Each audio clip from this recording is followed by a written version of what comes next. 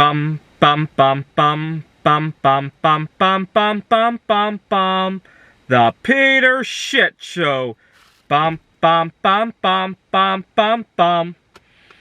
I had a couple funny incidents that happened at work today, and some life lessons learned. And I thought I would record all of this while it was still fresh on my mind. So I work at a tutoring center, and I had one of my favorite students. Now, I talked extensively about my frustration with our policies about eating at our desk, right? We're not supposed to eat at our desk. I really don't like it when the students eat at the desk because I have allergies to various foods, especially milk product. I get skin rashes. Nothing life-threatening, but it would be preferable not to have that kind of worry at work. But at the same time, I find it easier to control my own eating if I'm allowed to eat at the desk, because sometimes I get these big blocks of hours. And I talked extensively in years past about my struggles with binge eating disorder, right? And how good timing with my meals is often very important to me. And I've been able to control my eating habits very well, except for the fact that I often don't have full control over my schedule, right? That's why I want to look into a career of making art. That way I set the hours, I set my eating schedule, and everything will be good, right? Although I love the students here too. And so I often have to allow the students to eat at the desk. And as a compromise, I get to teach them about food allergies and how to keep their food neat.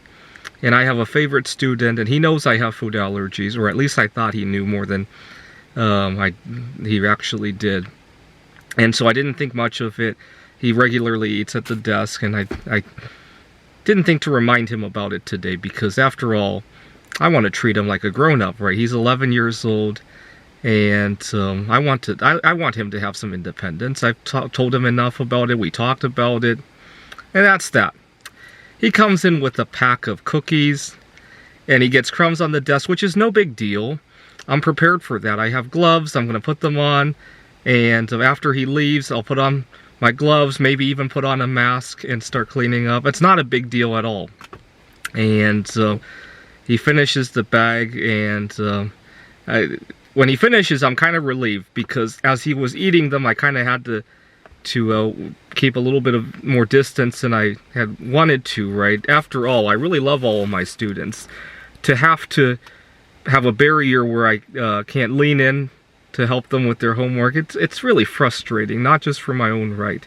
So after he finishes that bag, I get a sense of relief. There's crumbs all over the table, but it's no big deal. After class, I put on my gear and I clean it up. I've done this a million times. It was no big deal. I'll let you think about what happens next. He dusts all the crumbs onto the floor at me. And I don't think he did it maliciously. It just goes to show you can't rely on people to remember every little detail, right?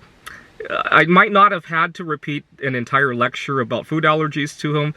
What I could have done was say, hey, remember the allergies. And it could have been 2 seconds, and it probably could have avoided a lot of drama today. Good thing I have some gym clothes in my car. I didn't see, the biggest problem is that now my clothes are contaminated. I got to go out to my car, so I ended up putting my clothes in here. And but it served as a reminder that, see, one of the reasons that 2 years ago, every time he went to the grocery store, on the intercom, they keep playing, please stay 6 feet away from everybody else. You're young, you got a good immune system. You're not always going to keep in the back of your mind that your stray cough might just kill a 70-year-old grandmother, right? You might not always keep that in the back of your mind, especially if you've been sick a couple of times, you've recovered from it. Maybe you even survived getting the injection of God knows what's in there, right? It's going to slip your mind when you're not up for it, when something isn't directly impacting you, right? Anyway, so that was that. I had to wash up, and the kid, he's 11 years old. He got a little bit defensive. I think he got defensive at the end of it because he felt guilty. And he, instead of saying, I'm sorry, he starts saying, what's the big deal? I dust stuff on the floor all the time. And so after he had relaxed, after I had washed up, and after he had relaxed a little bit, I asked him, well, at home, does your mom allow you to... I took a chance. I thought for sure the answer would be no. I said, at home, does your mom allow you to just dust food onto the floor? And he thought about, oh yeah, you're right. And so I said, well, you know, you caused a lot of trouble because now I have to worry about getting this in my car, you know, and then having a reaction later. Then I got to go home and do my laundry. Well, I got to do my laundry anyway, but now I have to be more careful about it. And all because you spent 2 seconds not really thinking about stuff, right? And I asked him, because he mentioned health class. I asked him, in your health class, did you learn about how not everybody could just eat anything? Some people have allergies, and the wrong food could possibly even kill somebody. His classmate, who was sitting at the table next to him, said, yeah, we learned, we're not in health class, but we're in etiquette class. And he mentioned about how they learned about various table manners and all that. In the back of my mind, I applaud him for taking that in, but in the back of my mind, thank God I'm solosexual. I get to eat at the table without any regard to table manners. I get to really immerse myself with the food. And so that was good. Now after the class, I went to vacuum the floor where he had dusted all the crumbs onto the floor. And the vacuum was a disaster. Very cheap vacuum, dust everywhere.